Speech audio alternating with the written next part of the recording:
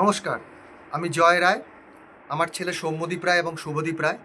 আমরা তিনজনে মিলে এখন আছি সিমলা, কুলু, মানালি ট্রিপে এসেছিলাম ট্রিপ ব্রাইট হলিডেজের প্যাকেজে। এবং আমাদের এই ট্রিপটা সত্যি প্রচণ্ড ভালো হয়েছে। আমরা দারুণ এনজয় করেছি।